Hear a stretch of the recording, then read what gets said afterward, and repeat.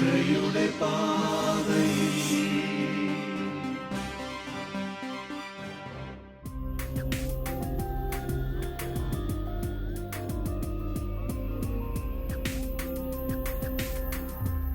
ഈശോ മിശിഹായ്ക്ക് സ്തുതിയായിരിക്കട്ടെ.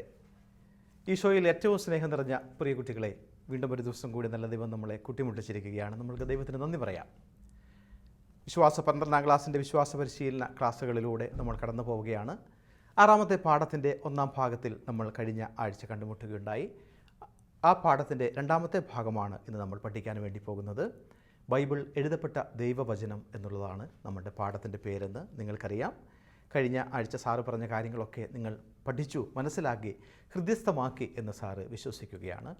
പ്രിയ കുട്ടികളെ, എന്തൊക്കെയാണ് നമ്മൾ കഴിഞ്ഞ 1-ാം ഭാഗത്തിൽ കണ്ടത് എന്ന് ജസ്റ്റ് ഒന്ന് നോക്കാം. നമ്മൾ പഠിച്ചത് ദൈവിക വെളിപാടിനെക്കുറിച്ചാണ്. ദൈവിക വെളിപാട് സംഭവിക്കുന്നത് അതിൻ്റെ വിവിധ ഘടകങ്ങളെക്കുറിച്ച് നമ്മൾ പഠിക്കുകയുണ്ടായി. ബൈബിൾ എഴുതപ്പെട്ട ദൈവവചനമാണ് എന്ന് നമ്മൾ പഠിച്ചു. ഇനി ഈ ദൈവിക വെളിപാട് സംഭവിച്ചത് വിവിധ ഘട്ടങ്ങളിലൂടെയാണെന്ന് നമ്മൾ കണ്ടു.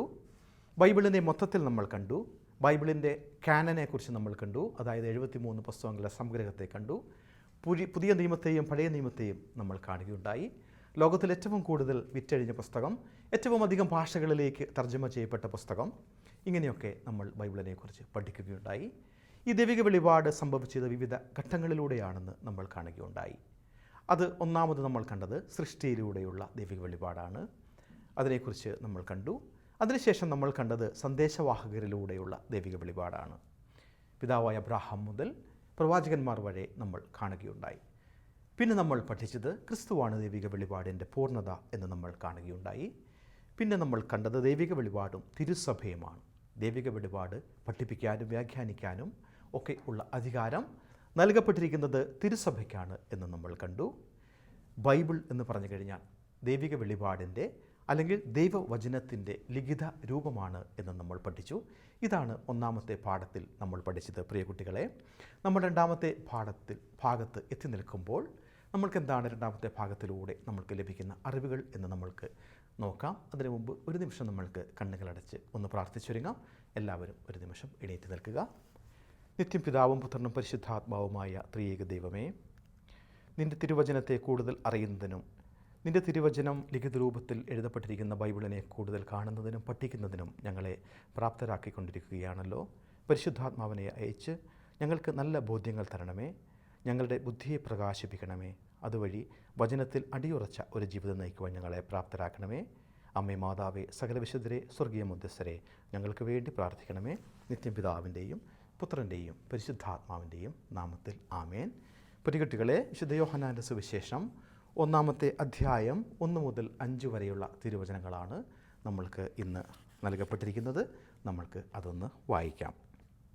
വിശുദ്ധ യോഹന്നാൻ്റെ സുവിശേഷം 1-ാം അധ്യായം 1 മുതൽ 5 വരെയുള്ള തിരുവചനങ്ങൾ. ആദിയിൽ വചനമുണ്ടായിരുന്നു, വചനം ദൈവത്തോടു കൂടെയായിരുന്നു, വചനം ദൈവമായിരുന്നു. അവൻ ആദിയിൽ ദൈവത്തോടു കൂടെയായിരുന്നു. സമസ്തവും അവനിലൂടെ ഉണ്ടായി.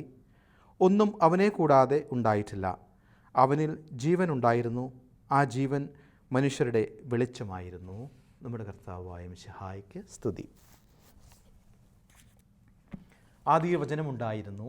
ആ വചനത്തെക്കുറിച്ചാണ് നമ്മൾ കണ്ടത്. ആ വചനം ദൈവമായിരുന്നു എന്ന് നമ്മൾ കാണുകയുണ്ടായി. പ്രിയകുട്ടികളെ, അതുപോലെ തന്നെ കഴിഞ്ഞ ആഴ്ച നമ്മൾ കണ്ട ഒരു വചനം, ഹെബ്രായർക്ക് എഴുതപ്പെട്ട ലേഖനം 4-ാം അധ്യായം 12-ാമത്തെ തിരുവചനം നിങ്ങൾ ഓർക്കുന്നുണ്ടോ? The word of God is alive and active, sharper than any double edged sword. അല്ലേ? ദൈവത്തിൻ്റെ വചനം സജീവവും ഊർജ്ജസ്വലവും, അത് ഇരുതല വാളിനേക്കാൾ മൂർച്ചയുള്ളതുമാണ്. അതാണ് ദൈവവചനത്തിൻ്റെ ശക്തി എന്ന് നമ്മൾ കാണുകയുണ്ടായി. നമ്മൾ 3 വ്യക്തിത്വങ്ങളെ കണ്ടുമുട്ടി. മഹാത്മാഗാന്ധി, നെൽസൺ മണ്ടേല, മാർട്ടിൻ ലൂഥറിനെ കണ്ടുമുട്ടി. അവരെയൊക്കെ ആകർഷിച്ച ബൈബിളിലെ ഭാഗവും നമ്മൾ കണ്ടു. അല്ലേ? അഷ്ടസൗഭാഗ്യങ്ങൾ എന്ന് പറയുന്ന ഗ്രീക്ക് പ്രഭാഷണമാണ് ഏറ്റവും കൂടുതൽ അവരെ സ്വാധീനിച്ചത്. ആർക്കാണ് വിശുദ്ധരാകാൻ വേണ്ടി സാധിക്കുക, ആർക്കാണ് സൗഭാഗ്യം ലഭിക്കുന്നത് എന്ന് ഈശോ വളരെ വ്യക്തമായ പ്രഭാഷണത്തിലൂടെ പറഞ്ഞു തരികയുണ്ടായി.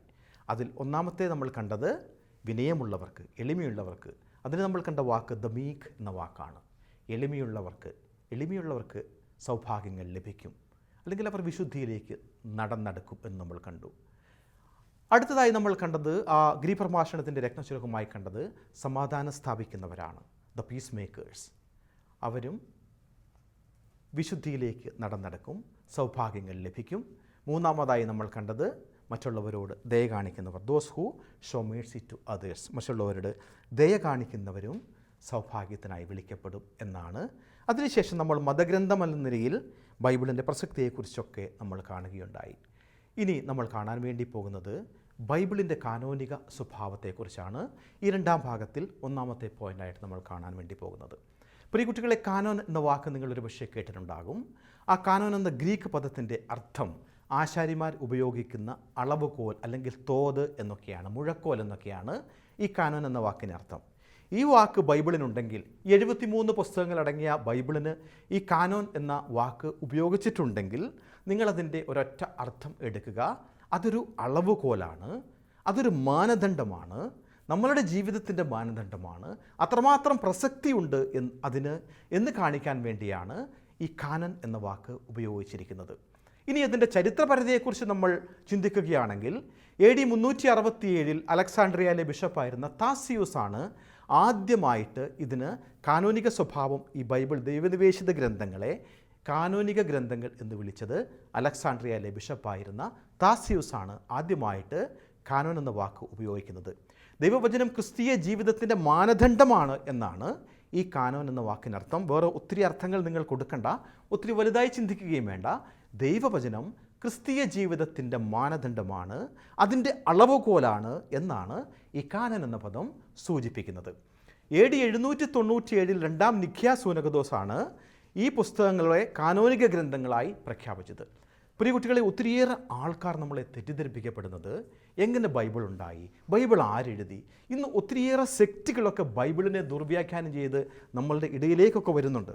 അവർ നമ്മളെ ദുർവ്യാഖ്യാനം ചെയ്ത് പഠിപ്പിക്കുമ്പോൾ അവർക്ക് ഇഷ്ടമുള്ള വ്യാഖ്യാനങ്ങൾ കൊടുക്കുന്നത് നമ്മൾ കാണുന്നുണ്ട്. അവർ പറയുന്നത് ഞങ്ങളുടെ ബൈബിളിൽ ഇതില്ല, നിങ്ങളുടെ ബൈബിളിൽ അതുണ്ട്, അല്ലെങ്കിൽ നിങ്ങളുടെ ബൈബിൾ ഇങ്ങനെയല്ല പറയുന്നത് എന്നൊക്കെ പറയുന്ന ഈ ബൈബിൾ, എങ്ങനെയാണ് ഈ ബൈബിൾ ഉണ്ടായത്, എവിടെയാണ് ഉണ്ടായത്?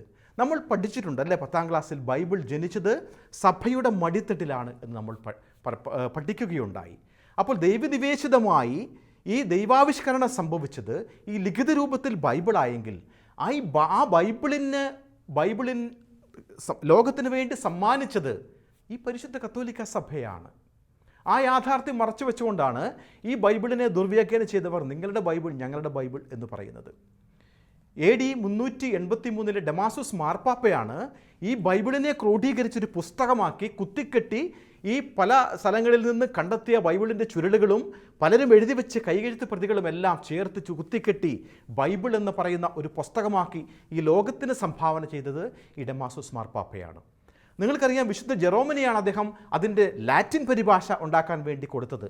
18 വർഷമെടുത്തു. AD 400കളുടെ അവസാനത്തോടുകൂടി 401 യഥാർത്ഥത്തിൽ ഈ ദ വൾഗേറ്റ് എന്ന് പറയുന്ന ഈ വുൾഗാത്ത ബൈബിളിൻ്റെ ആദ്യത്തെ ലാറ്റിൻ പരിഭാഷ വിശുദ്ധ ജെറോം ഈ ലോകത്തിന് സമ്മാനിച്ചത്. അപ്പോൾ സഭയുടെ മടിത്തട്ടിലാണ് ബൈബിൾ പിറന്നത്. നമ്മളുടെ കത്തോലിക്ക സഭയുടെ മടിത്തട്ടിലാണ് ഇത് പിറന്നത്. സഭയാണിത് ലോകത്തിന് സമ്മാനിച്ചത്. അതിൽ നിന്ന് ദുർവ്യാഖ്യാനങ്ങൾ ചമയ്ക്കുകയും അതിൽ നിന്ന് പലതും അടർത്തി മാറ്റുകയും അതിനെ ദുർവ്യാഖ്യാനം ചെയ്യുകയും ഒക്കെ ചെയ്യുന്നത് അതിന് പുറത്തുള്ളവരാണ്. പക്ഷേ ബൈബിൾ എന്ന വിശുദ്ധ ഗ്രന്ഥം ലോകത്തിന് സമ്മാനിച്ചത് പരിശുദ്ധ കത്തോലിക്ക സഭയാണെന്നുള്ള രീതിയിൽ നമ്മൾക്ക് അഭിമാനിക്കാം തീർച്ചയായിട്ടും. പ്രിയ കുട്ടികളെ, ബൈബിളിൻ്റെ കാനോനിക സ്വഭാവത്തെക്കുറിച്ച് ഞാൻ പറഞ്ഞു. ആ വാക്ക് എങ്ങനെ വന്നു എന്ന് നിങ്ങൾ കാണുകയുണ്ടായി. ഇനി ബൈബിളിൻ്റെ തർജ്ജമകൾ സാർ ഇപ്പോൾ പറഞ്ഞു വന്നല്ലോ. ബൈബിളിൻ്റെ ആദ്യത്തെ ലാറ്റിൻ പരിഭാഷ വിശുദ്ധ ജെറോമാണത് പരിഭാഷപ്പെടുത്തിയത്. 18ഓളം വർഷങ്ങളെടുത്തു അദ്ദേഹം ആ ലാറ്റിൻ പരിഭാഷ തർജ്ജമ ചെയ്യാൻ വേണ്ടി. അതിനെയാണ് വുൾഗാത്ത ബൈബിൾ അല്ലെങ്കിൽ ദ വൾഗേറ്റ് ബൈബിൾ എന്ന് പറയുന്നത്. ഇനി വേറൊരു ബൈബിൾ സപ്തജിത് ബൈബിളാണ്. അത് ഹീബ്രു ഭാഷയിൽ എഴുതപ്പെട്ട പഴയ നിയമത്തിൻ്റെ ഗ്രീക്ക് വിവർത്തനമാണ്. ഈ സപ്തജിത് ബൈബിൾ പഴയ നിയമത്തിൻ്റെ ഗ്രീക്ക് വിവർത്തനമാണ്. അത് BC 180 അത് വിവർത്തനം ചെയ്തത്, പൂർത്തിയായത്. സപ്തജിത് ബൈബിളിലെ 46 പുസ്തകങ്ങൾ ഉൾപ്പെടുത്തിയിട്ടുണ്ട്. നമ്മളിപ്പോൾ വുൾഗാത്ത ബൈബിളിനെ കണ്ടു. ഇനിയുള്ളത് പശീത്ത ബൈബിളാണ്. ബൈബിളിൻ്റെ സുറിയാനി പരിഭാഷയുടെ തർജ്ജമയാണ് പശീത്ത ബൈബിൾ എന്ന് പറയുന്നത്. ബൈബിൾ നമ്മൾ കാണുകയുണ്ടായി. ആദ്യം തന്നെ നമ്മൾ പഠിച്ചതൊരു ദൈവനിവേശിത ഗ്രന്ഥം ആണെന്നുള്ളത്. എന്നാൽ ഈ ദൈവനിവേശനം എന്ന വാക്കുകൊണ്ട് അർത്ഥമാക്കുന്നത് നമ്മൾക്ക് നോക്കാം. കത്തോലിക്ക കാഴ്ചപ്പാടിൽ ദൈവനിവേശനം എന്ന ആശയത്തിന് 4 വസ്തുതകളാണ് അടങ്ങിയിരിക്കുന്നത്. ഒന്ന്, വിശുദ്ധ ഗ്രന്ഥങ്ങളുടെ രചനയിൽ പരിശുദ്ധാത്മാവ് വ്യക്തമായി പ്രചോദനം നൽകി പ്രചോദിപ്പിച്ചാണ് ആ രചന സംഭവിച്ചത്, പരിശുദ്ധാത്മാവിൻ്റെ ഇടപെടൽ. 2, ദൈവാത്മാവിൻ്റെ പ്രചോദനത്താൽ എഴുതപ്പെട്ടതിനാൽ ദൈവം ആഗ്രഹിച്ച കാര്യങ്ങൾ മാത്രമേ വിശുദ്ധഗ്രന്ഥത്തിലുള്ളൂ. 1, പരിശുദ്ധാത്മാവിൻ്റെ ഇടപെടൽ. 2, ദൈവം ആഗ്രഹിച്ച കാര്യങ്ങൾ മാത്രമേ വിശുദ്ധ ലിഖിതത്തിൽ ഉള്ളൂ. 3, ദൈവികമായ വിഷയങ്ങളിലെ പ്രബോധനങ്ങളിൽ വിശുദ്ധ ഗ്രന്ഥത്തിന് തെറ്റുപറ്റുകയില്ല. ദൈവികമായ വിഷയങ്ങളിൽ വിശുദ്ധ ഗ്രന്ഥത്തിന് തെറ്റുപറ്റുകയില്ല. 4, വിശുദ്ധ ഗ്രന്ഥ രചയിതാക്കളുടെ തനത് ഭാഷാശൈലിയും ദൈവശാസ്ത്ര ദർശനങ്ങളും അവരുടെ രചനകളിൽ കാണാം. 1, പരിശുദ്ധാത്മാവിൻ്റെ പ്രചോദനം. 2, ദൈവത്തിൻ്റെ പ്രചോദനത്താൽ എഴുതപ്പെട്ടതിനാൽ ദൈവം ആഗ്രഹിച്ച കാര്യം മാത്രമേ അതിലുള്ളൂ, അതിനാൽ തന്നെ അത് തെറ്റുപറ്റുകയില്ല. 4-ാമത്തെ പോയിൻ്റ്, അതിൻ്റെ രചയിതാക്കളുടെ ഭാഷാശൈലിയും ദൈവശാസ്ത്ര പഠനങ്ങളും ഓരോ രചനകളിലും വ്യത്യസ്തമായി നമ്മൾക്ക് കാണാൻ വേണ്ടി സാധിക്കും.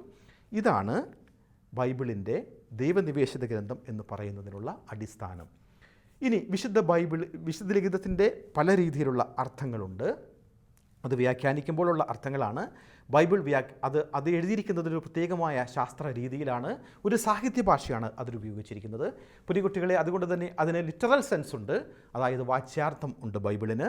വിശുദ്ധ ഗ്രന്ഥത്തിലെ വാക്കുകൾ സൂചിപ്പിക്കുന്നതും അതിൻ്റെ വാക്യശകലത്തിൽ നിന്ന് ലഭിക്കുന്നതുമായ അർത്ഥമാണ് വാച്യാർത്ഥം. 2, അതിന് ആധ്യാത്മികമായ ഒരു അർത്ഥമുണ്ട്, സ്പിരിച്വൽ സെൻസ് ഉണ്ട്. അതിനെക്കുറിച്ച് കൂടുതൽ വിശദീകരിക്കാൻ നമ്മൾക്ക് സമയമില്ല. നിങ്ങൾ പാഠങ്ങൾ വായിക്കുമ്പോൾ നിങ്ങൾക്ക് കൂടുതൽ കാര്യങ്ങൾ ബോധ്യമാകും. 3, പ്രതീകാത്മകമായ അർത്ഥങ്ങളുണ്ട്, സിംബോളിക് സെൻസ് ഉണ്ട്. 4, അതിൻ്റെ ധാർമ്മിക അർത്ഥമുണ്ട്, മോറൽ സെൻസും ഈ ദൈവവചനം വായിക്കുമ്പോൾ നമുക്ക് മനസ്സിലാകും. 5, സനാതനമായ ഒരു അർത്ഥം കൂടി ബൈബിളിൽ ഉണ്ട് എന്ന് നിങ്ങൾ മനസ്സിലാക്കുക. ഇനി എല്ലാവർക്കും എങ്ങനെയും ബൈബിൾ വ്യാഖ്യാനിക്കാൻ സാധിക്കുമോ? തീർച്ചയായിട്ടും ഒരിക്കലും ബൈബിൾ അങ്ങനെ വ്യാഖ്യാനിക്കപ്പെടേണ്ട ഒരു പുസ്തകമല്ല, അങ്ങനെ വ്യാഖ്യാനിക്കാൻ സാധിക്കുകയുമില്ല. ബൈബിൾ വ്യാഖ്യാനിക്കുമ്പോൾ നമ്മൾ പാലിക്കേണ്ട തത്വങ്ങളെക്കുറിച്ച് 2-ാം വത്തിക്കാൻ കൗൺസിൽ 3 മാനദണ്ഡങ്ങൾ നിർദ്ദേശിക്കുന്നു. പ്രിയ കുട്ടികളെ, 1, വിശുദ്ധ ഗ്രന്ഥങ്ങൾ മുഴുവൻ്റെയും ഉള്ളടക്കത്തിലും ഐക്യത്തിലും ശ്രദ്ധ പതിപ്പിക്കണം, 1-ാമത്തെ മാനദണ്ഡം. 2, സഭ മുഴുവൻ്റെയും സജീവ പാരമ്പര്യത്തിൽ അടിസ്ഥാനത്തിലായിരിക്കണം അതിനെ വ്യാഖ്യാനിക്കുന്നത്. 3, ക്രൈസ്തവ വിശ്വാസ പ്രബോധനങ്ങളുടെ അടിസ്ഥാനത്തിലായിരിക്കണം അതിനെ വ്യാഖ്യാനിക്കേണ്ടത് എന്ന് കൂടി നിങ്ങൾ മനസ്സിലാക്കണം. അപ്പോൾ ബൈബിൾ എങ്ങനെയും വ്യാഖ്യാനിക്കാൻ പറ്റില്ല. ഈ 3 മാനദണ്ഡങ്ങൾ അനുസരിച്ച് മാത്രമേ ബൈബിൾ വ്യാഖ്യാനിക്കാൻ വേണ്ടി സാധിക്കുകയുള്ളൂ. പ്രിയപ്പെട്ട കുട്ടികളെ, ഇതാണ് ഇന്നത്തെ ഈ 2-ാമത്തെ ഭാഗത്ത് നമ്മൾക്ക് പഠിക്കാനുണ്ടായിരുന്നത്. ബൈബിളിൻ്റെ വിവിധ അർത്ഥങ്ങൾ, അതുപോലെ തന്നെ ബൈബിൾ വ്യാഖ്യാനിക്കപ്പെടേണ്ട രീതി, ദൈവനിവേശന ഗ്രന്ഥം എന്ന് പറയുന്നത് എന്തുകൊണ്ട്, ഈ 3 പോയിന്റുകളാണ് ഈ 2-ാമത്തെ ഭാഗത്ത് നമ്മൾ പഠിച്ചത്. നമ്മൾക്കൊരു നിമിഷം പ്രാർത്ഥിക്കാം. നമുക്ക് വെളിപ്പെടുത്തി തന്ന ദൈവത്തിന് നന്ദിയും സ്തുതിയും ആരാധനയും നമ്മൾക്ക് സമർപ്പിക്കാം. കൂടുതൽ ദൈവത്തെ അറിയുന്നതിനും കൂടുതൽ വെളിപ്പെടുത്തുന്നതിനും അങ്ങനെ ഞങ്ങളുടെ വിശ്വാസത്തെ ജ്വലിപ്പിക്കുന്നതിനും എപ്പോഴും നമ്മൾക്ക് പ്രാർത്ഥിക്കുകയും വചനത്തിൽ അധിഷ്ഠിതമായ ജീവിതം നയിക്കുകയും ചെയ്യാം. ആമേൻ. പ്രിയ കുട്ടികളെ, ഈ 2-ാമത്തെ പാഠത്തിൽ നമ്മൾക്ക് ലഭിക്കുന്ന ബോധ്യം എന്താണെന്ന് ചോദിച്ചു കഴിഞ്ഞാൽ, ലിഖിത രൂപത്തിൽ ബൈബിളിൽ രേഖപ്പെടുത്താത്ത വെളിപാടുകൾ വിശുദ്ധ പാരമ്പര്യം എന്നറിയപ്പെടുന്നു. ലിഖിത രൂപത്തിൽ ബൈബിളിൽ രേഖപ്പെടുത്താത്ത വെളിപാടുകളെയാണ് വിശുദ്ധ പാരമ്പര്യം എന്ന് നമ്മൾക്ക് പറയുന്നത്. വിശുദ്ധ പാരമ്പര്യം, വിശുദ്ധ ലിഖിതം, വിശുദ്ധ കൂദാശകൾ, ഇതാണ് the 3 pillars of the church. നമ്മളുടെ സഭയുടെ 3 നെടുന്തൂണുകൾ നമ്മൾ 10ാം ക്ലാസ്സിൽ പഠിച്ചതാണ്. അതിലൊന്ന് വിശുദ്ധ ലിഖിതം, 2 വിശുദ്ധ പാരമ്പര്യം, 3 വിശുദ്ധ കൂദാശകളാണ്. അപ്പോൾ ബൈബിളിൽ രേഖപ്പെടുത്താത്ത വെളിപാടുകളാണ്, ലിഖിത രൂപത്തിൽ രേഖപ്പെടുത്താത്ത വെളിപാടുകളാണ് വിശുദ്ധ പാരമ്പര്യം എന്ന് നിങ്ങൾ മനസ്സിലാക്കുക. ഇനി നമ്മളുടെ മനോഭാവം ഇതായിരിക്കണം: ബൈബിളിനെ ആദരവോടുകൂടി നമ്മൾ കാണുകയും പ്രാർത്ഥനയിലൂടി വായിക്കുകയും ദൈവഹിതം മനസ്സിലാക്കി സഭാത്മകമല്ലാത്ത വ്യാഖ്യാനങ്ങൾക്കെതിരെ, വളരെ പ്രധാനപ്പെട്ട ഒരു പോയിൻ്റാണ് കുട്ടികളെ, നമ്മളിപ്പോൾ കണ്ടതാണത്, ബൈബിളിനെ ദുർവ്യാഖ്യാനം ചെയ്യുന്നവർ. അപ്പോൾ സഭാത്മകമല്ലാത്ത വ്യാഖ്യാനങ്ങൾക്ക് നമ്മൾ ചെവി കൊടുക്കരുത്. തീർച്ചയായിട്ടും അവയൊക്കെ തള്ളിക്കളയാൻ നമ്മൾ ജാഗ്രത പുലർത്തുക. അങ്ങനെ നമ്മൾ ബൈബിളിനെ സ്നേഹിക്കുക, വചനത്തിൽ വേരൂന്നി വളരുക. നമ്മൾക്കുണ്ടാകേണ്ട ശീലങ്ങൾ ഇതാണ്: ആദരവ്, പ്രാർത്ഥനാപൂർവമുള്ള ബൈബിൾ വായന, സഭയുടെ വ്യാഖ്യാനങ്ങൾ മാത്രം സ്വീകരിച്ചുകൊണ്ടുള്ള ഒരു വളർച്ച, ആത്മീയമായ ഒരു വളർച്ച നമ്മൾക്കുണ്ടാകട്ടെ. വീണ്ടും ഒരു ദിവസം കൂടി നല്ല ദൈവം നമ്മളെ കണ്ടുമുട്ടാൻ ഇടവരുത്തിക്കട്ടെ. ഈശോ മിശിഹായ്ക്ക് സ്തുതിയായിരിക്കട്ടെ.